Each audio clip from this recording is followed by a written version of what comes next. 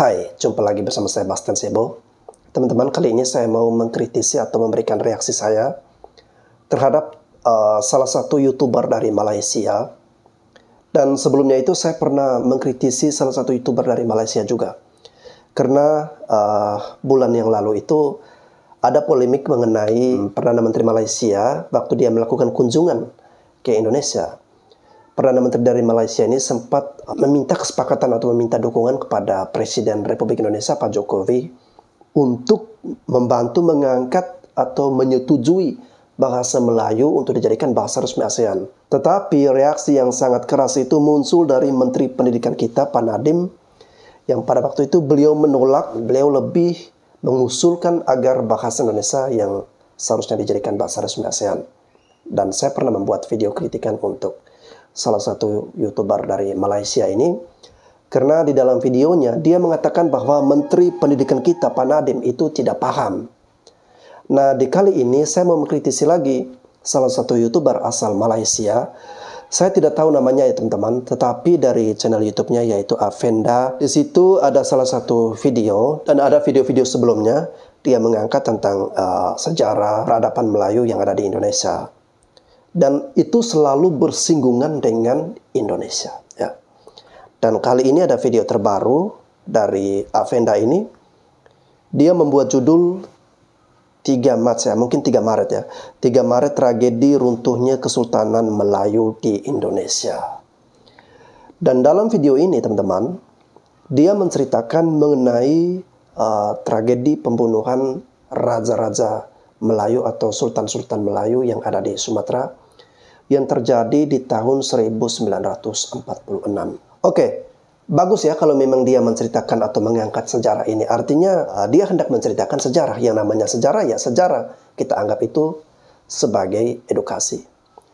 Tetapi sayangnya teman-teman, secara keseluruhan video dari Avenda ini, saya bisa menangkap kesimpulan bahwa Avenda sedang melakukan semacam penggiringan opini agar saudara-saudari kita yang berada di Melayu Riau, Melayu Sumatera ataupun Melayu di Kalimantan itu dibangkitkan emosinya, dibangkitkan kemarahannya dengan mengungkit-ungkit yang sudah berlalu. Kalau misalnya dia membawakan itu sebagai sejarah, lalu dia memberikan semacam pemahaman, edukasi bahwa dari sejarah ini apa maknanya, apa yang harus kita lakukan. Oke, itu fine-fine saja.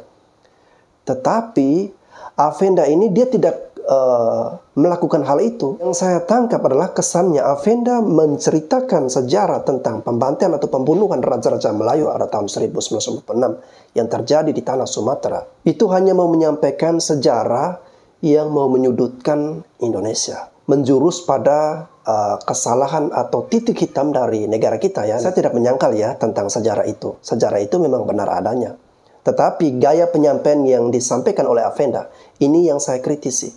Karena penyampaian dia itu bukan untuk mau memberikan edukasi ataupun makna di balik sejarah itu, tetapi lebih kepada membangkitkan rasa emosi, rasa kemarahan, kebencian dari orang-orang Melayu yang ada di Sumatera atau di Kalimantan untuk membenci negaranya sendiri. Yang namanya sejarah pasti tidak terlepas dari yang namanya sejarah kelam dan sejarah yang bagus-bagus. Itu semua ada ya. Untuk Mbak Avenda, bukan berarti kita di Indonesia ini anak-anak muda tidak tahu atau menutupi sejarah ini. Saya tahu juga ya.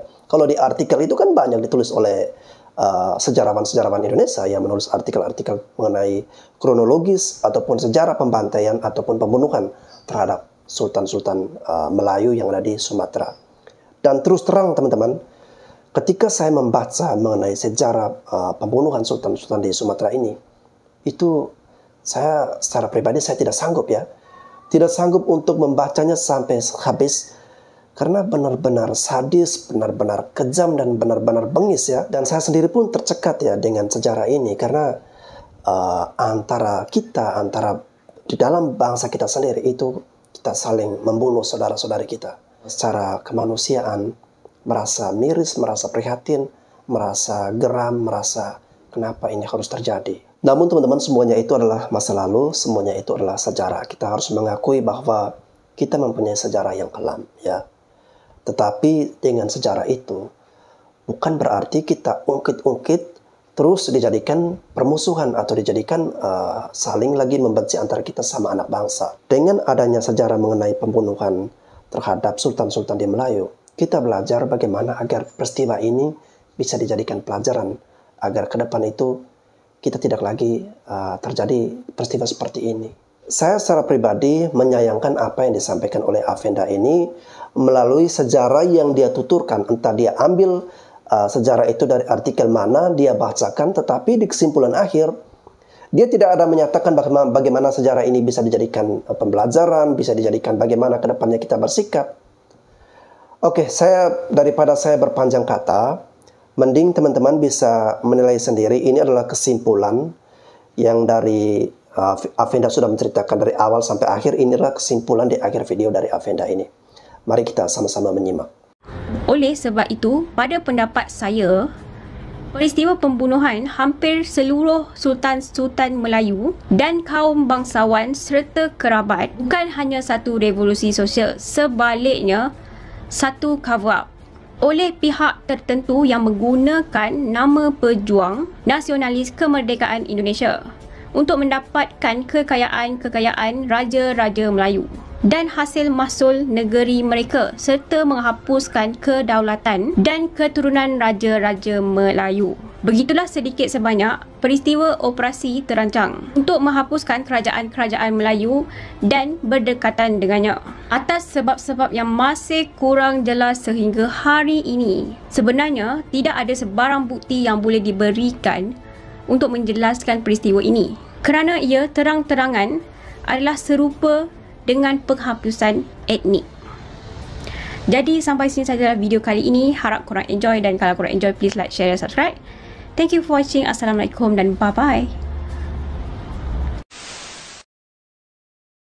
Nah teman-teman, itu tadi kesimpulan di akhir video dari Afenda ini. Ada salah satu komentar dari salah satu netizen yang berasal dari Riau bernama Ayu Andira Irwansa. Jadi komentarnya itu untuk menanggapi video dari Afenda ini. Oke, saya akan membacakan untuk teman-teman semuanya. Halo Kak, salam saya dari Sumatera, khususnya Riau. Saya orang Melayu. Saya tahu sejarah Melayu banyak sedikitnya dari orang tua saya. Otak pembunuhan raja-raja Melayu di Sumatera, itu semua adalah presiden pertama kita, yaitu Soekarno. Namun tolong dikasih garis bawahi, Sumatera ketika itu telah masuk dalam wilayah Indonesia. Namun raja-raja Melayu di Sumatera menjalankan hubungan begitu sangat dekat dengan raja-raja Melayu yang berada di semenanjung Malaysia. Sedangkan Malaysia itu adalah negara merdeka pemberian Inggris. Karena itu dekatnya hubungan antara Raja Melayu di Sumatera dengan Raja Melayu di semenanjung Malaysia membuat Presiden Republik Indonesia yaitu Soekarno cemas.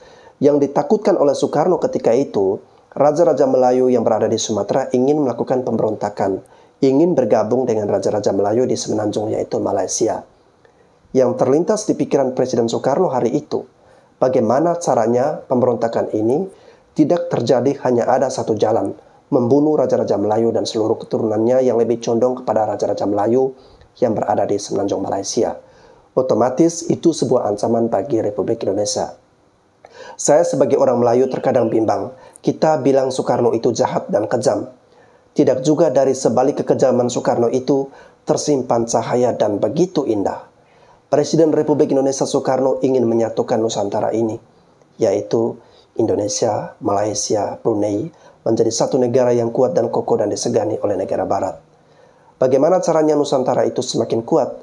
Yaitu dipimpin oleh satu pemimpin, yaitu presiden, supaya tidak ada raja-raja. Karena ketika ada raja dan presiden, otomatis ada selisih pandangan, yaitu tadi terjadi pembantaian di Sumatera. Namun sangat disayangkan, Presiden Soekarno gagal menyatukan Nusantara. Walaupun gagal, kami sangat mengagumi beliau. Saya sebagai orang Melayu tidak pernah merasa ditindak oleh suku-suku tertentu yang ada di Indonesia. Mungkin kami memiliki jati diri sebagai bangsa Indonesia yang menjunjung tinggi kesatuan itu sendiri. Walaupun kami masih mempertahankan budaya Melayu yang berada di Sumatera ini. Kita tidak boleh menyalahkan sepenuhnya kepada Presiden Soekarno. Ini dilakukan untuk kebaikan kita semuanya. Salam bagi kami orang Melayu yang berada di Sumatera. Persahabatan antara Melayu Sumatera dan Melayu Semenanjung Malaka tetap kekal dan abadi. Walaupun perbedaan negara kita bisa melihat sebagai contoh, kita saling mengerti, satu sama lain dalam berbicara. Satu hal lagi, jika ada orang Indonesia yang tidak mengatakan dia tidak serumpun dengan Malaysia, itu sesuatu yang wajar. Mungkin dia orang Jawa, apa dia orang Papua, apa dia orang Timur, jelas berbeda dengan orang Melayu. Namun kami masih menganggap mereka saudara sebangsa dan setanah air, walaupun kita berbeda dalam segi bidang, tetapi kita saling memahami untuk memajukan negara kita sendiri. Teman-teman, itu tadi yang saya bacakan adalah salah satu komentar netizen di video Avenda yang berasal dari saudari kita yang berada di Riau. Ya, itu adalah komentar dari beliau ya, bukan komentar dari saya ya teman-teman. Jadi kira-kira seperti itu yang bisa saya sampaikan di video ini. Sekali lagi saya mengingatkan kepada saudari dari Avenda ya, saya tidak melarang saudari dari Avenda ini, silakan Anda membuat sejarah atau menyampaikan sejarah tentang kisah-kisah dari Melayu yang bersinggungan dengan saudara atau saudari yang beretnik Melayu di Indonesia. Silakan Anda menyampaikan itu, tetapi jangan tendensius ya. Sejarah itu harus berimbang lah ya. Terus ada edukasinya dan apa makna dari sejarah itu. Jangan disampaikan seperti ingin merendahkan atau menjatuhkan nama baik negara Indonesia ya. Itu sangat disayangkan. Oke, saya Bastian Sebo, sampai jumpa lagi.